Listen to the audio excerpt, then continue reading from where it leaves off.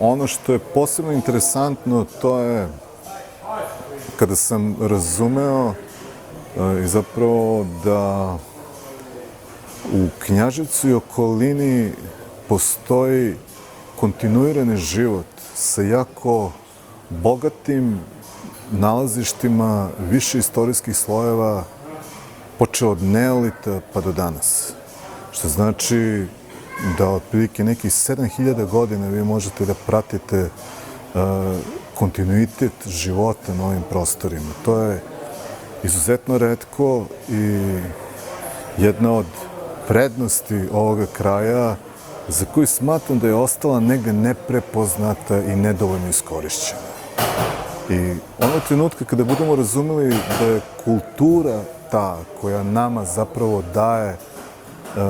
jedan snažan identitet, tada ćemo u stvari moći sebe da vidimo i usmerimo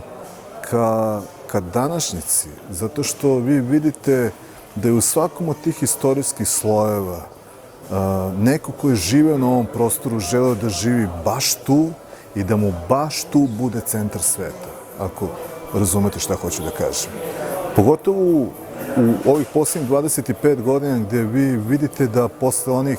modernističkih procesa koji su se odvijali posle Drugog svjetskog rata, pogotovo kada je Knjaževac imao više zaposlenih nego stanovnika i kada je bio jedan moćan i plodan industrijski centar, a pritom vi imate izuzetno nasleđe u samom centru tog grada. Imate jedan, po meni, od najlepših spomenika, odnosno spomeničkih kompleksa koje za sobom ostavio Bogdan Bogdanović, i meni je potresno kada vidim da su neki od tih monolita ispisani grafitima, što je svinjarija svoje vrste i zaista sramota za te mladiće koji su odabrali uopšte takav jedan vrlo specifičan prostor u kome se zapravo, što oni očigledno nisu razumeli, prikazuje istorija socijalnih pobuna na ovom tlu od Prvog srpskog ustanka pa sve do Drugog svjetskog rata,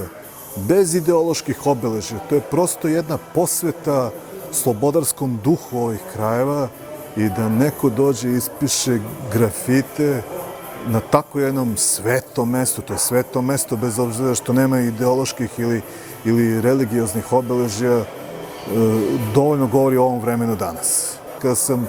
video da ste označeni od strane Evropske organizacije turističke za jednu od top destinacije budućnosti,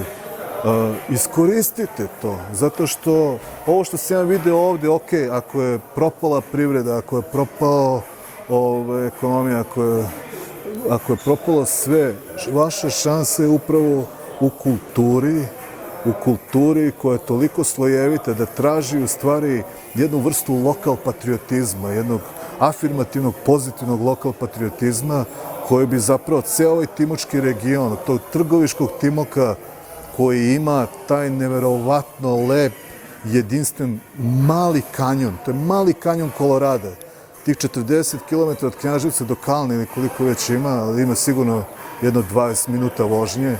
su jedan od najimpresivnijih delova Srbije koje sam ja video. A ne traži puno, znate, on ne traži puno. Isto tako kada se od Kalne krene prema Staroj planini,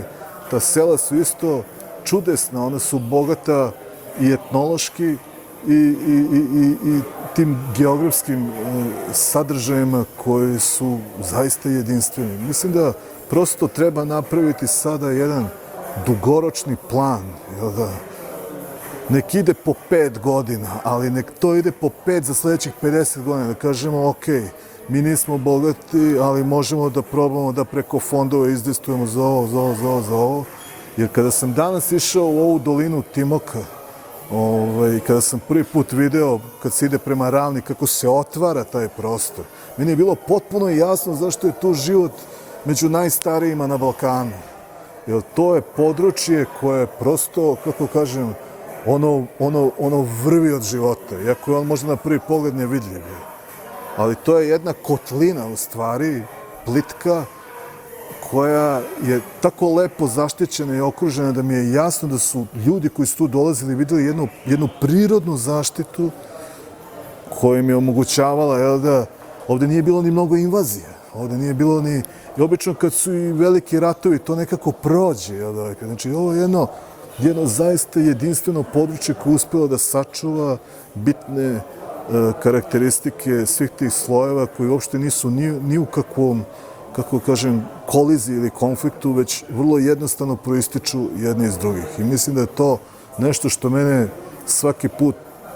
privuče kad god me zovu u ove 2 godine da dođem